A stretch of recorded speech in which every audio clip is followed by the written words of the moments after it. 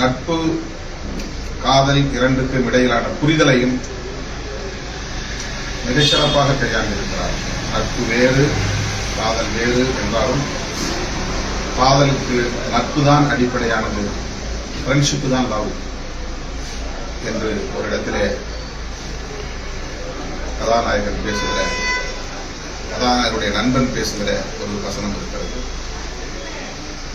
நான் நட்பா பழகிட்டேன், எந்த ஃபீலிங் எனக்கு இல்லை, ஜீரோ ஃபீலிங், உன்னோட எப்படி நான் வாழ முடியும் அப்படிங்கிற ஒரு இடத்துல நட்புக்கு மிக உயர்ந்த மரியாதையை தருகிறார்.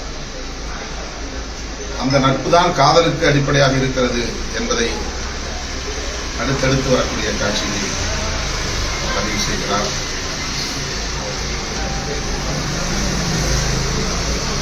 உனக்கு பிடிக்கிற நேரத்தில் எனக்கு பிடிக்கல, எனக்கு பிடிக்கிற நேரத்தில் உனக்கு பிடிக்கல என்று சொல்லுகிற அந்த இடம்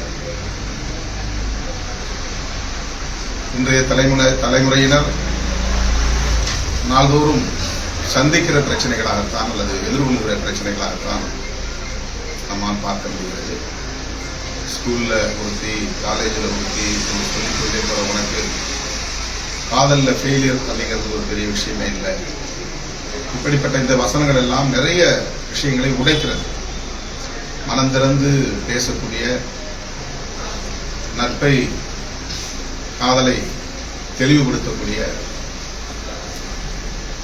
ஒரு உரையாடல் இந்த திரைப்படத்திலே நிகழ்கிறது. மானம் பெரிதா உயிர் பெரிதா என்ற ஒரு உரையாடலும் இடையிலே வருகிறது. தன்னை நிராகரித்த ஒரு பெண்ணை அவள் விரும்புகிற காதலனோடு சேர்த்து வைக்க வேண்டும் என்று வருகிற போது தனக்கு துரோகம் இழைத்து விட்டால் என்று பழிவாங்க நினைக்காமல் அவள் விரும்புகிறவனோடு அவள் வாழட்டும் என்று அவளுக்காக படத்தின் இறுதி காட்சி வழியில் போராடுகிற ஒரு புதிய அணுகுமுறை. இது பிராக்டிகலா நடைமுறை சாத்தியம் உள்ளதா என்ற கேள்வி எழுப்பலாம். ஆனால் இதை ஒரு விவாதமாக்கியிருக்கிறார் அல்லது இதை வெளிச்சப்படுத்தி இருக்கிறார் இயக்குனர் ஈஸ்வரன் என்பது கவனிக்கத்தக்க ஒன்று. அப்படி இருந்தால் ஒன்றும் தவறில்லை.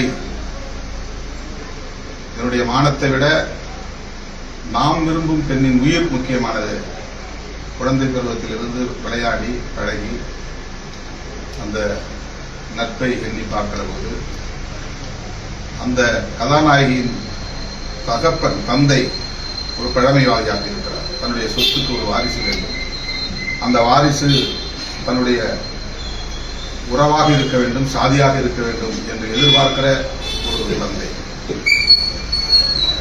இந்த 20K கிட்ஸுக்கு பொருந்தாத ஒரு தலைமுறை, ஜென்சி தலைமுறைக்கு பொருந்தாத ஒரு தந்தை. அப்படிப்பட்ட நேரத்தில் அந்த பெண்ணை அவர் கொன்றுவிட வாய்ப்பு இருக்கிறது என்கிற காரணத்தினால் அவன் உயிரை காப்பாற்ற வேண்டும் என்று போராடுகிற இடம். அதைவிட மிக முக்கியமாக அவள் விரும்புகிற, இரண்டாவதாக விரும்புகிற பாரி என்கிற பாத்திரம். அவனுக்கு திருமணம் செய்தாக வேண்டும், ஆனால் சூழல் இல்லை. அப்போது அந்த பாத்திரம் நீ எனக்காக திருமணம் செய்து அந்த பெண்ணை பிறகு என்னிடம் ஒப்படைக்க வேண்டும் என்று சொல்லுகிற இடம் மிகவும் உணர்வுபூர்வமானதாக இருக்கிறது.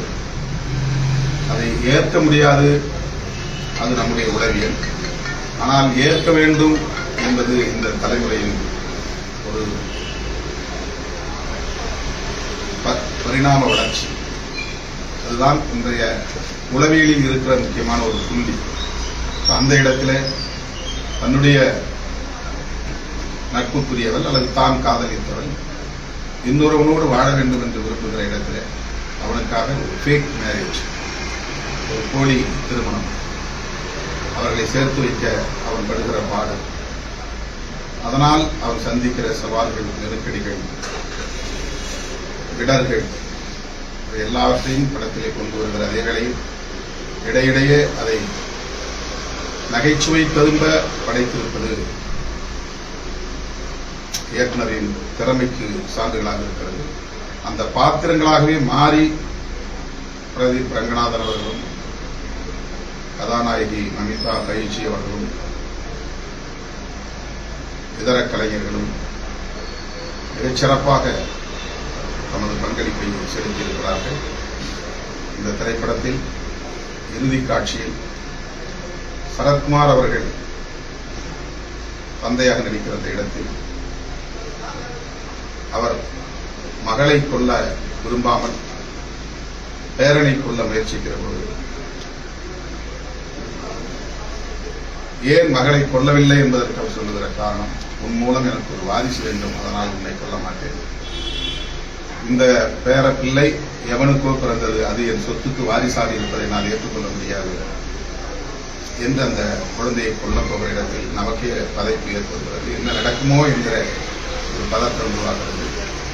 பிறகு அவருக்கு நெஞ்சுவலி ஏற்பட்டு மருத்துவமனையில் வந்து காப்பாற்றப்படுகிறார்.